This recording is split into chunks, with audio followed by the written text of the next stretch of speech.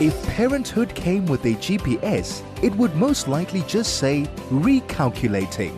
Join Yolandi Becker and her guest experts Wednesdays at 11 a.m. for Bump and Beyond, the show about pregnancy and babies. 101.9 megahertz of life. Welcome, welcome, welcome. Yes, this is 101.9 Chai FM. This is Bump and Beyond, and I'm your host, Yolandi Becker. The show is all about parenting. And to be honest, it's the 1st of February, and I only feel like I'm getting into a new year rhythm at the moment. I'm in a much better mood, and that general New Year spirit that we all have usually in January, I'm only having now. And I think it has to do with the cooler weather in Gauteng. It was so incredibly hot. It was unbearable.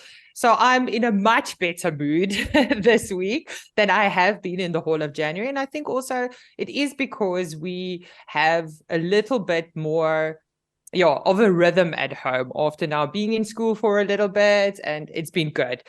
But yes, parenting is not always easy, but it is such a blessing every day. And especially the last couple of weeks, I've been just like sitting in awe of what parenting is to me and how great it is that, I mean, for me, I am able to fetch my kids from school every day, spend time with them every day, have dinner with them every day. And that's kind of the message I want to send out there. We need to be grateful when we are able to do these things with our children, because not everyone has that opportunity. And also sometimes just take the time to pause. And the key to that is sometimes saying no to things, not saying yes to everything. So learn to say no. But today's topic is one of my favorite topics when it comes to parenting. We are chatting about breastfeeding and all those stupid questions. And they always say that there's no such thing as a stupid question. Everyone says that. And I guess in some ways it is true, but let's be honest, sometimes you do feel a little bit stupid asking certain things. So I'm going to do it for you today. Ask some of those pertinent, most important, or most asked questions about breastfeeding to our expert today, Carey Haupt, and I'll introduce her a little bit later. But get talking with me today. If you have any smart or stupid questions or questions that you've always wanted to ask about breastfeeding, please do send them in to us. You can telephone or phone us on our telephone number 010-140-3020. 010-140-3020. I realize I have to say that slower. I forget that you can't memorize it, but go on our website. You can find all these numbers, or you can SMS us on 34519. SMSs are charged at R1.50, 34519, or you can send us a telegram. It's like a WhatsApp, 061 895 1019. 061-895-1019. So send us your questions that you have on breastfeeding, so I can also ask them to Carey. In 2016 in South Africa, we recorded 67% of our infants initiating breastfeeding within 1 hour of birth, and only 32% being exclusively breastfed, which means exclusive breastfeeding duration of 2.9 months in South Africa, which is actually, it's stats that I'm throwing around here. No one has any comparison what I'm saying here. But what it means is we are one of the lowest rates of breastfeeding in Africa. We are one of the most progressive countries in Africa, yet we have the lowest breastfeeding rate. I think we need to do something about that. I really, really think so. And we're going to get into that just now. This is Bump and Beyond with Yolandi Becker, the show about pregnancy and babies. 101.9 megahertz of life. You are on 101.9 Chai FM. I am your host, Yolandi Becker, and this is Bump and Beyond, talking parenting. And specifically today, like I mentioned, we're talking breastfeeding. And I want you to share with us in the conversation where I'm asking all the most asked questions about breastfeeding, or I'm going to try to more often than not. As you know, we're running out of time because I'm talking way too much, but that's all point, isn't it? Us talking together. And I want you guys to talk with us. So please do send us a message on Telegram of your questions, or even if it's just a share of your own breastfeeding experience to 061 895 1019 on Telegram, or you can SMS us at 34519. SMSs are charged at R1.50. Of course, you can also have an email. See, we're opening the gateways for you to be able to be in contact with us. You can also email us on air@chaifm.com. As mentioned, the show is all about parenting, and we've had some amazing topics, including we have spoken about breastfeeding before. And you can check out all of our previous shows on our website, chaifm.com. And you can check out all the wonderful podcasts from my show and from other shows on Chai FM. But more on breastfeeding. I just said to you that we are one of the lowest rates of breastfeeding in South Africa. And there's lots of things that I feel that add to this, of course, that we have such a low rate. Things like, obviously, lots of us have dual income households. It's very difficult these days to be a single income household. You can't almost have kids in South Africa without both parents having to work.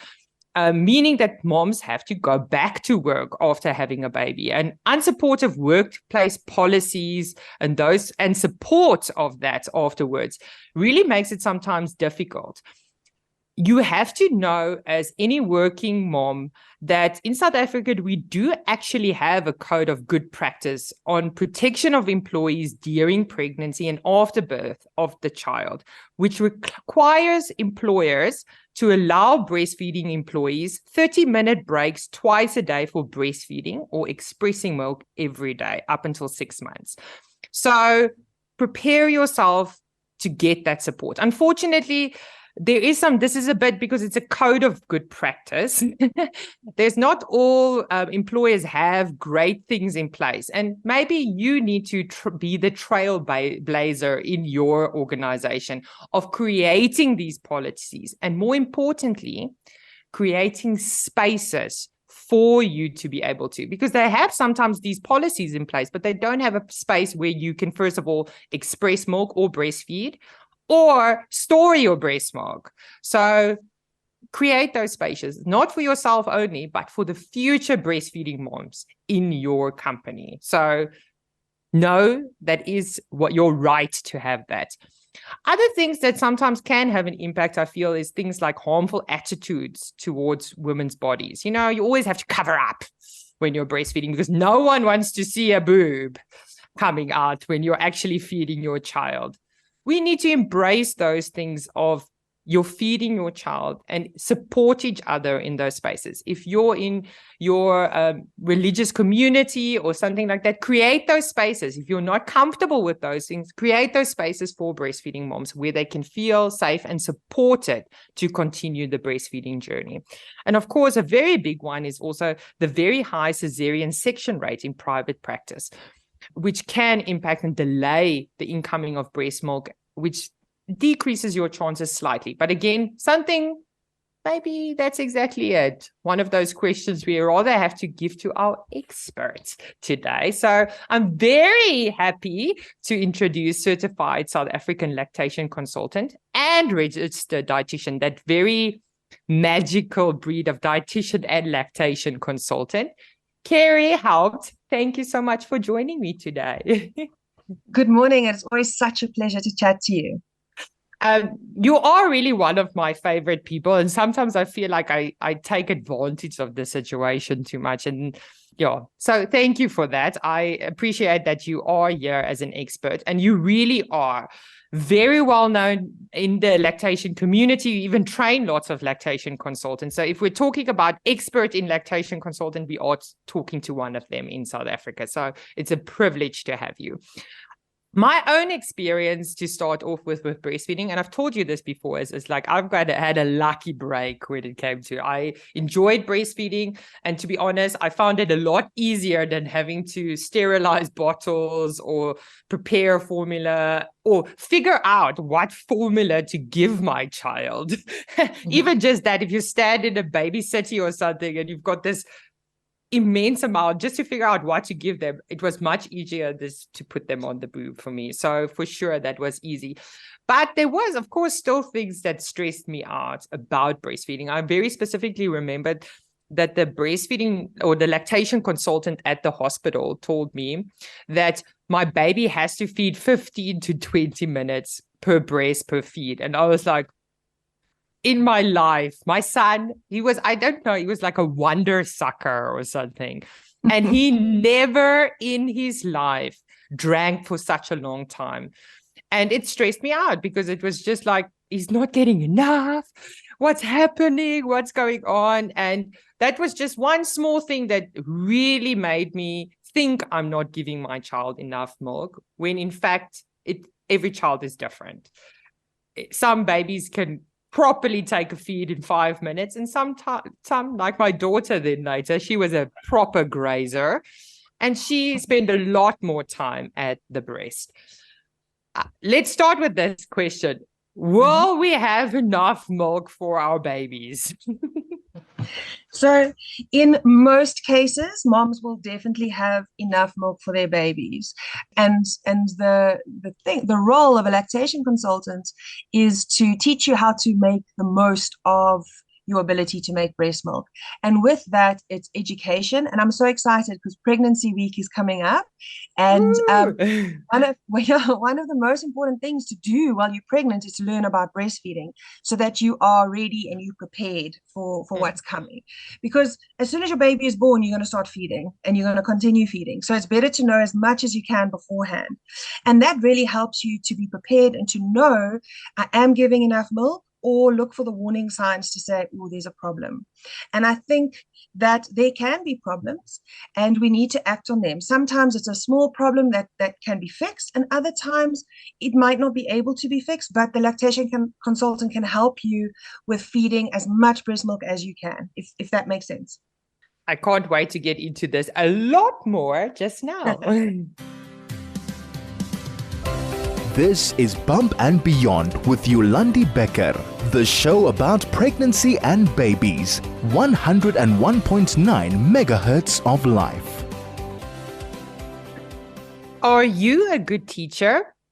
Are you truly passionate about helping children learn? Are you willing to volunteer your help?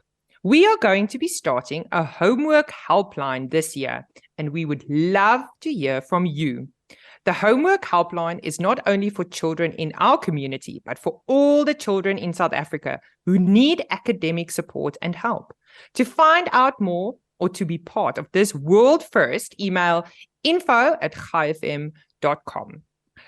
You are on 101.9 Chai FM with me, Yolandi Becker, on Bump and Beyond. And today we're talking with Carey Haupt, a certified lactation consultant, about breastfeeding and those most asked questions. I've already spoken a little bit about enough breastfeeding, and she spoke about the importance of being prepared for the breastfeeding journey. And as you said, it's Pregnancy Awareness Week is coming up, and that's always a nice celebration of those type of things. But for me, one of the questions that I've seen, that because I Googled like all the most asked questions, and one question that comes up all the time is, will it be painful to breastfeed? So that is so true. And the scary thing is, if you look up articles on breastfeeding, the biggest thing is pain that comes up. And to be honest with you, breastfeeding should not be painful. That's the underlying message. However, when you start breastfeeding, you might feel a little bit of nipple discomfort, but it should go away in the first 10 or 15 seconds. If it's continuous during the feed, we need to find out why. And why could be a shallow latch, it could be a tongue tie. There's a few different reasons why it could continue to hurt, but generally it's positioning and we can fix it. If it's a tongue tie, we need to refer to an ENT for that. But It shouldn't be for long. If you are having pain in between breastfeeds, it could be something else that is happening. But in general, breastfeeding should be comfortable and relaxing and enjoyable. No. And it really is. I even, it's been what, like 9 years since I've breastfed. Now it's maybe a little bit shorter, 8 years that I've breastfed. And a friend of mine recently had a baby, and she was talking to me about milk coming in. And as she was saying that, and I was seeing her little son, even on video, breastfeeding, I could feel the milk. Like I have that tingling feeling. I also have, while I'm talking to you, always pointing at my breast when I talk about them. So luckily no one else can see me. But I can remember that it is such a beautiful, like, bonding experience to have that. And it is true. It shouldn't be hurting. Sometimes it's just in between, sometimes then cracked nipples and those type of things. But that's more often than not taking care afterwards. And I feel, or what do you think cracked nipples leads? I mean, isn't it, for me, it was, if I didn't dry my nipple properly, I didn't air it out a little bit, it was always covered, then it was when things like that happened. So definitely allowing your nipples to dry out in between feeds is a good practice because it helps to prevent thrush. But if you are having a cracked nipple, that is most likely a shallow latch.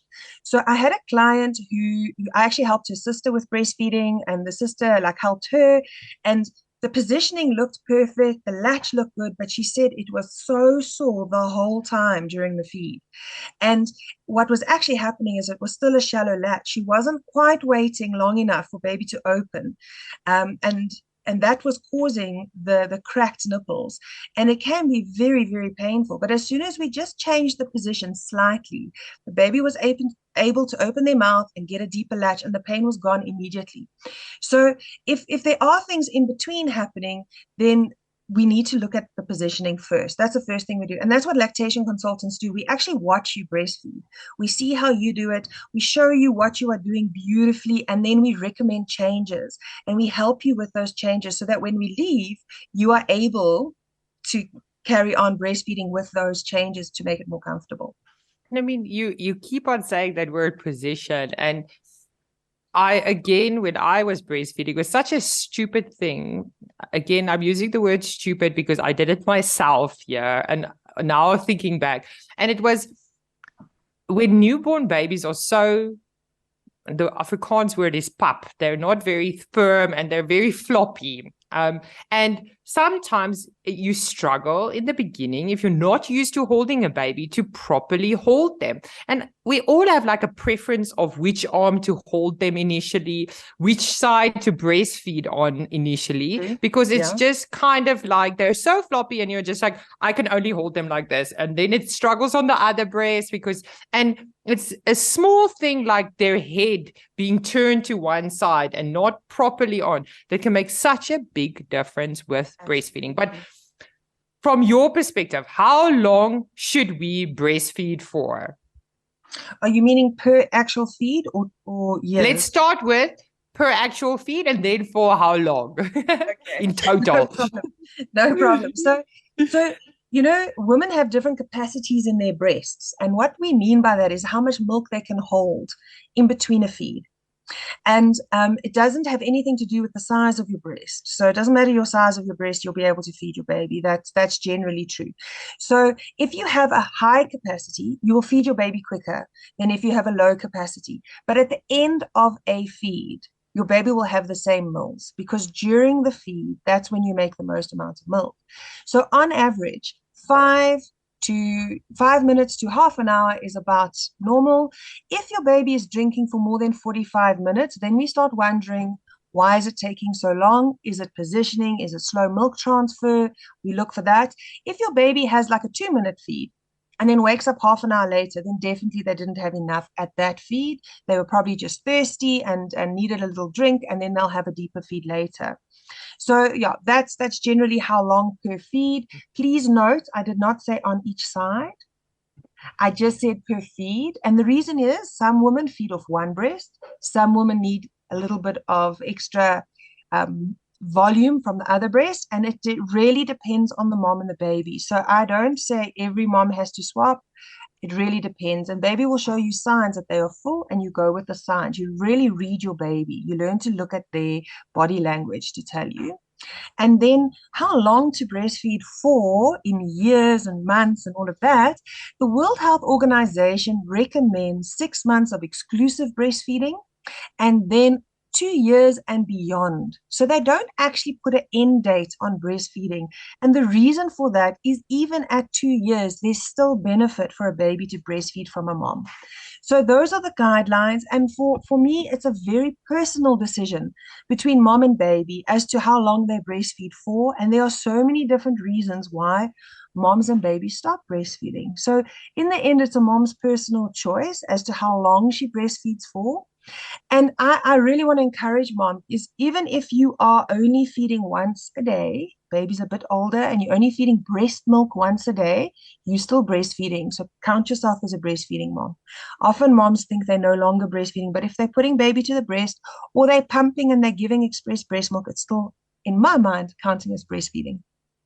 I love that, because that's also something from a sleep consultant perspective that we often tell parents is like, especially with toddlers, is that they can eat solids. They don't need a lot of milk, obviously, when they're toddlers and they're closer to 2 years and those type of things.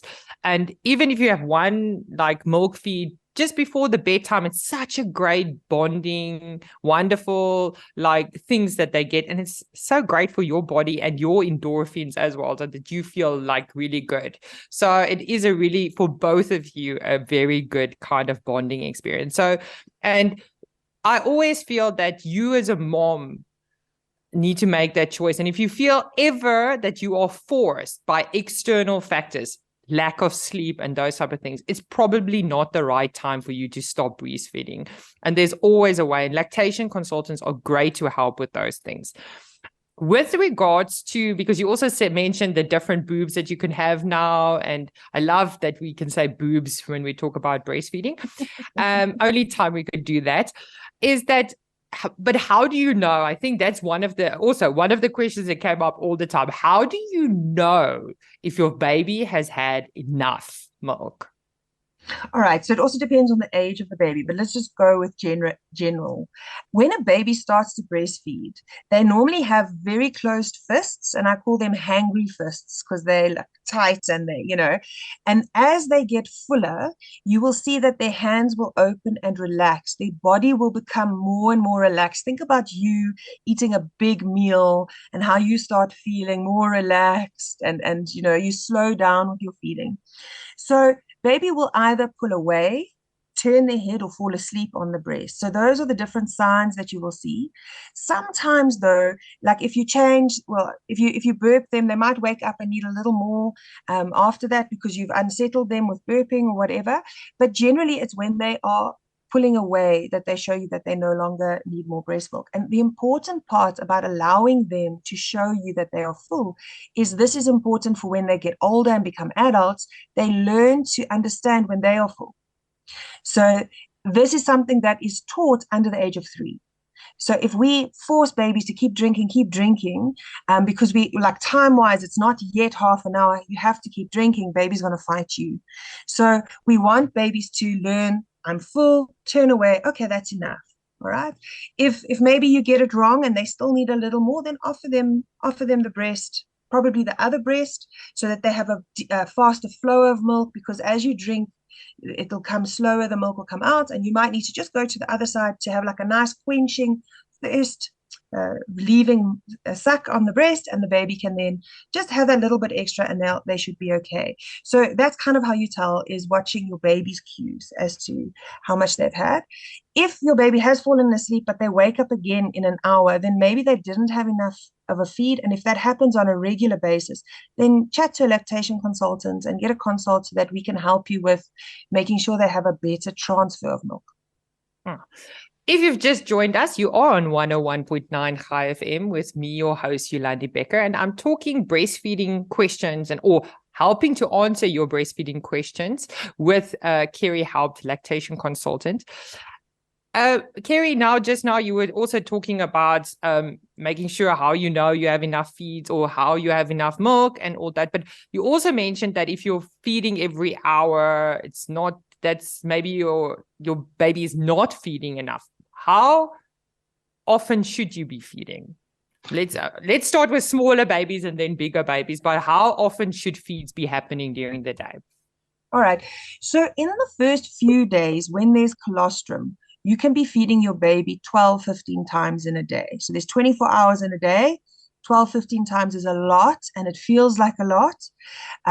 But as your milk transitions from the colostrum to the transitional milk, your feeds will lower because the volume of milk will increase. So then we talk about 8 to 10 times a day. And then as the baby gets older, it's 8 times a day. And then like from 6 months onwards, it'll decrease 5, 4, 3, 2, depending on your lifestyle, if you're working and all of that. So in the beginning, it can be quite a lot. And we want a lot of feeds right in the beginning to stimulate your breast milk. So I like to talk about turning on the factory, and what turns on the factory is nipple stimulation and sucking. So your baby turns on your factory, because think about it, are you going to want to waste milk and just have a dripping breast all the time? Or do you want all that goodness just to go to your baby? So that's how our body is designed, that the baby turns on the factory. We make a lot of milk. When baby stops sucking, we stop making like a lot of milk, so the baby doesn't need to swallow. There's nobody to take the milk, so the body stops making lots of milk then.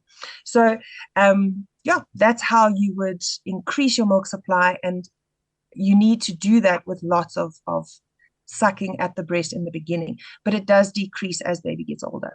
And I mean, it's also how you're mentioning that as well. I remember, again, initially when the breast milk comes in and you're regularly feeding, obviously your boobs are like giant, and it's almost like you're oversupplying the amount of milk. Your breasts are always full. And here, I think about 3-4 months, it starts settling. And then often moms think, oh, I've run out of milk. I don't have milk anymore. But in reality, it's just your body now adjusting to the demand. So absolutely, supply and demand is kind of equal, and you're not over supplying anymore. But that also brings me to the next question, is like, do you have to have a breast pump when you're breastfeeding? So the easy answer is no, you don't.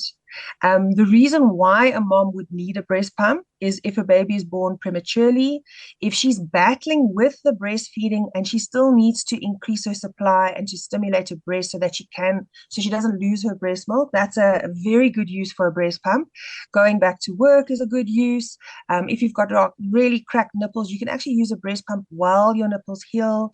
So not every mom uses a breast pump or needs a breast pump, but the stats are in America, 80% of women are using breast pumps. And I think the reason for that is that they go back to work so quickly. I mean, I never used a breast pump. I just didn't enjoy it. I still, when I speak to people, I hear that boop, boop, boop sound. It freaked me out. But I do also have to say that, again, that was naivety, because I was just picking the cheapest, easiest one that I could find. And I first had a manual breast pump, and that did not work at all. Because I also feel that sometimes you need a backup of if you're going somewhere and you want someone to babysit, you need a backup. And that's why I had a breast pump. But what my question is there different kinds of breast pumps? And absolutely, there are. there is a lot of difference in the quality of breast pumps. And what should you be looking out for to signal a good quality breast pump? I would say a warranty. So the longer the warranty, you kind of know that they trust that motor is going to last. So like a 2-year warranty is a really good warranty on a breast pump. A breast pump that has different size flanges. So the flange is the part that goes onto your breast. And not all moms have the same size nipples, because we're all gorgeous and we're all wonderful, but our breast pumps need to fit us so that it's not painful, so we don't have rubbing, or too much of the breast is sucked into the flange. So having the option of having different size flanges is really important. It actually shows you that company has done research to see like what is more comfortable for women. Having a breast pump that is load shedding proof is quite important at the moment. So that is also very important. So obviously a manual one would definitely be, but you do get lithium batteries. You do also get breast pumps that have batteries in it. And then for me, one of the most important things is a closed system. So a closed system breast pump is more hygienic because you do not get moisture going into the tubing or into the pump. And if that does happen, if you do get it, so an open system pump can have mold, bacteria, viruses growing in the pump that can then go back into the baby's milk. And that's what we definitely do not want. So a closed system breast pump, a breast pump that has nappy codes is also quite handy to have. Nappy codes means that you can claim back from your medical aid. So you need to have a special invoice for that, which is very useful. Not all medical aids allow it, but for the ones that do, it comes out of your savings. So that's also very useful. And then a quiet breast pump. So that you're not traumatized years later when you hear Yes, exactly. So a pump like the Maya Joy is so quiet that I could have it on right now and you wouldn't know. And that's very useful. So even if you're going back to work, your colleagues won't know what you're doing. If they walk past your door, they're not going to hear this noise. It's very quiet. And that's quite nice. And for funny reasons as well, so that you can actually watch TV while you're pumping, because you want to do something else sometimes while you're pumping. And if it's very quiet, it's just more relaxing. You can do other things. You can talk on the phone. So it sounds silly, but a quiet breast pump is definitely important. And I mean, it's not. I mean, you're now mentioning that you could do other things. And sometimes I found that when I was pumping, I was trying so hard because now you can see how much is coming out of the breast. And that stressed me out so much. And I needed to either think of my child and then concentrate on something like that, or be distracted a little bit so that I'm relaxed and it kind of happens naturally. And I felt like if I was concentrating on how little was coming out, it didn't help the situation whatsoever. So I think that's quite helpful to have that. Another thing that yes, of course. So a tip for moms is that do not look at Instagram and how much milk other mothers make, because 300 mils in a pumping session is not the average. Most people will pump what a baby drinks. So it'll be between 60 and 120, 150 mils max. So that's normal. That's really normal. And if you're pumping in the early morning, you'll get more. And if you're pumping in the late afternoon, you'll get less. And that is normal. And I think people need to understand what is normal, because then you're not so stressed. However, if you are stressed, stick a clean sock over the bottle and don't watch. Cool. Running out of time very quickly. Craig is signaling me for another ad break. This is Bump and Beyond with Yolandi Becker, the show about pregnancy and babies. 101.9 megahertz of life. Slowly easing into the last section of the show. Running out of steam like always. I'm thinking that I'm going to have to ask Kathy to increase the show, that we can have it for 2 hours, because I've got more to say. Even though I'm pretty sure you're getting sick of my voice by now, but I've got lots more questions. And if you just joined us, I am talking breastfeeding with Carey Haupt, and it's been wonderful chatting with you, but I've still got some questions that I hope we get to. One of the questions that I want to ask is, personally, I remember that I actually had mastitis. Is that how you pronounce it? But only with my second, with Emmy, with the second times I breastfed. I never had it with Oscar. And with Emmy, I had it 2 or 3 times that it happens. So first of all, how do you notice if you have a blocked duct? And how can you avoid something like that? Okay, so I'm going to start with how to avoid, because there's something that you said earlier, is that it took a lot longer for her to drink from you. So this is one of the warning signs that might not emptying and draining the breast efficiently or sufficiently, both of them, can cause milk to stay in the ducts. And then that's what mastitis is. It's where the milk stays in the ducts and it doesn't move. So we need to we need to move it. So one of the reasons would be babies not taking enough milk out. So that could be a shallow latch. It could be that mommy's battling with a letdown. So we can help moms with massages and heat and warmth to get that milk to flow. Another thing could be that you slept funny. Well, funny is the wrong word, but you slept maybe on that breast and you didn't move, and there was pressure on the breast so that the milk got stuck. Oh, something like lying on my arm and then it's dead. Yes, exactly like that. Or wearing a seatbelt over that breast, pushing on there, wearing an underwire bra, or too tight clothing, something like that can also cause it.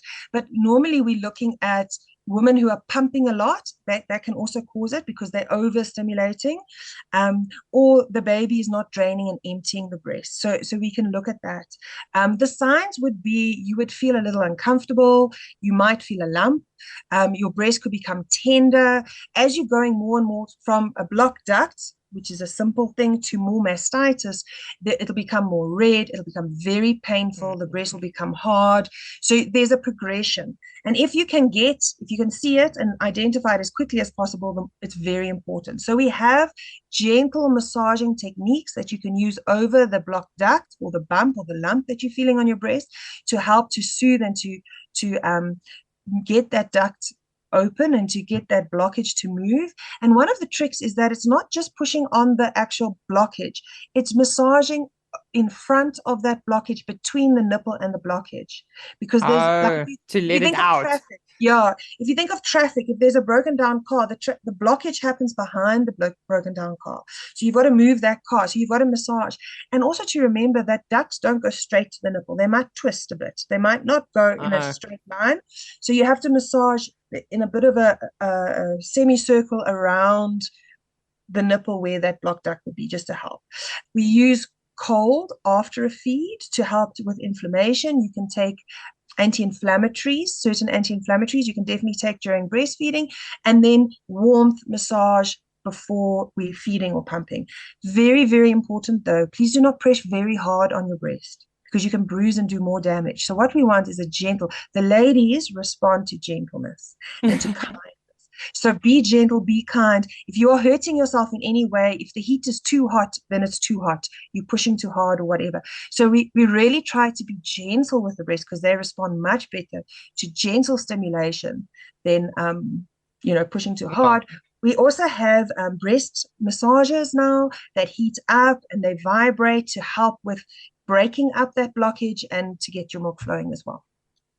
You also mentioned now one thing as well about the underwire bras and stuff. Is it important to have like nursing bras when you're breastfeeding? It really depends on how easy it is for you to get to your breast. So when mom's at home, a lot of my moms, they don't even wear a bra. They just, it's fine. But if you're at work and you need to pump or you're going out, breastfeeding bra is a lot easier to get the access to the breast. Yeah. So hopefully we get to both these questions.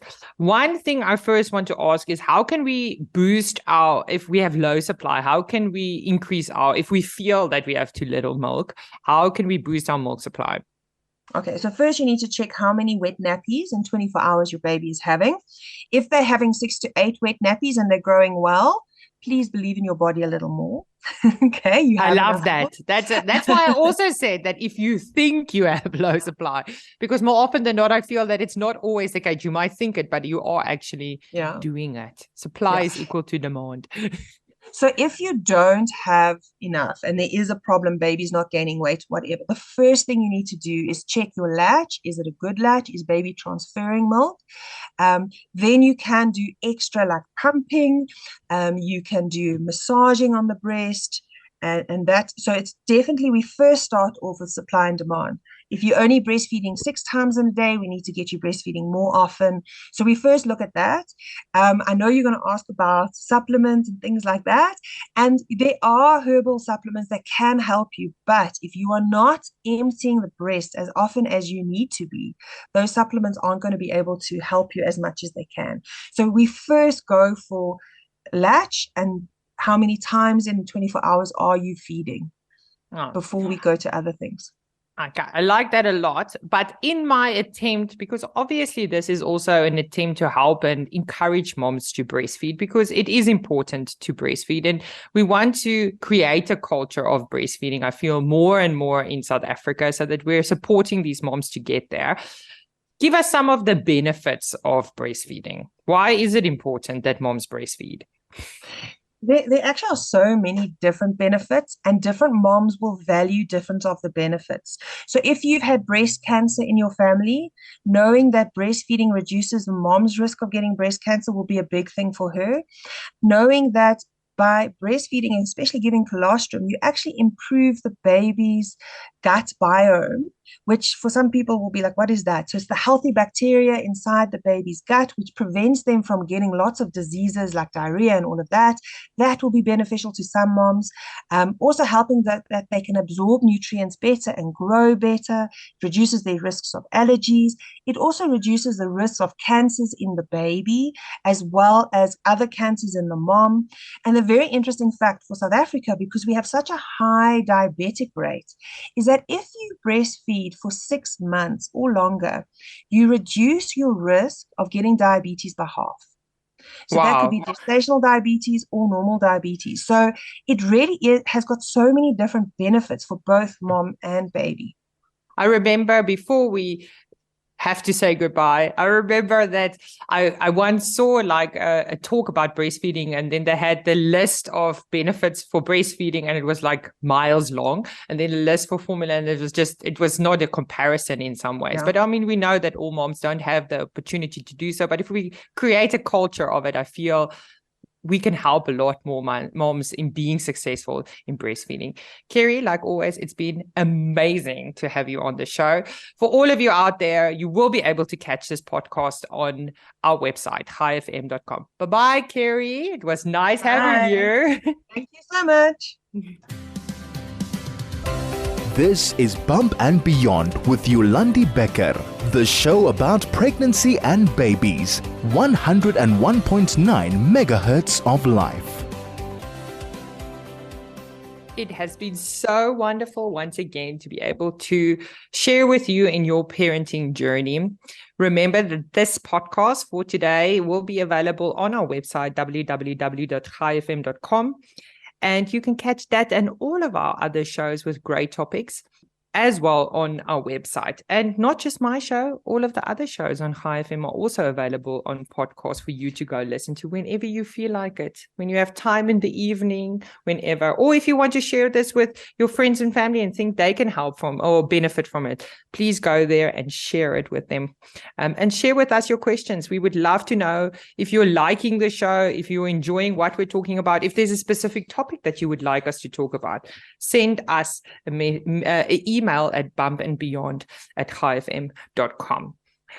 If we wish to be a breastfeeding nation that sets children on a path to future health and wealth, then we all need to play our part in ensuring that our partners, our sisters, our nieces, our neighbors, our employees are supported to exclusively breastfeed.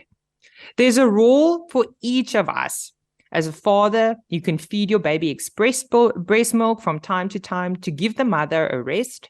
As a family member, you can create an enabling environment in your home for those who are breastfeeding. Ensure that they are well fed, hydrated, and reduce their share of the household chores. I'm going to repeat that. Reduce their share of the household chores. Another good reason to start breastfeeding. As an employer, you can ensure your workplace environment is supportive and enabling by creating safe and private spaces for staff members returning to work after maternity leave to breastfeed or express milk. As a religious leader, you can ensure that your place of gathering is where breastfeeding mothers are welcomed and celebrated and free to breastfeed in a manner that is most comfortable for them. Join me next week as I am going to share some of my exceptional organizational skills and share with you how you can organize your life a little bit with helpful tips with a wonderful person to help you be more prepared and organized as parents. I'm going to be talking to Debbie next week, and I want you to join me on this conversation of organizing your life.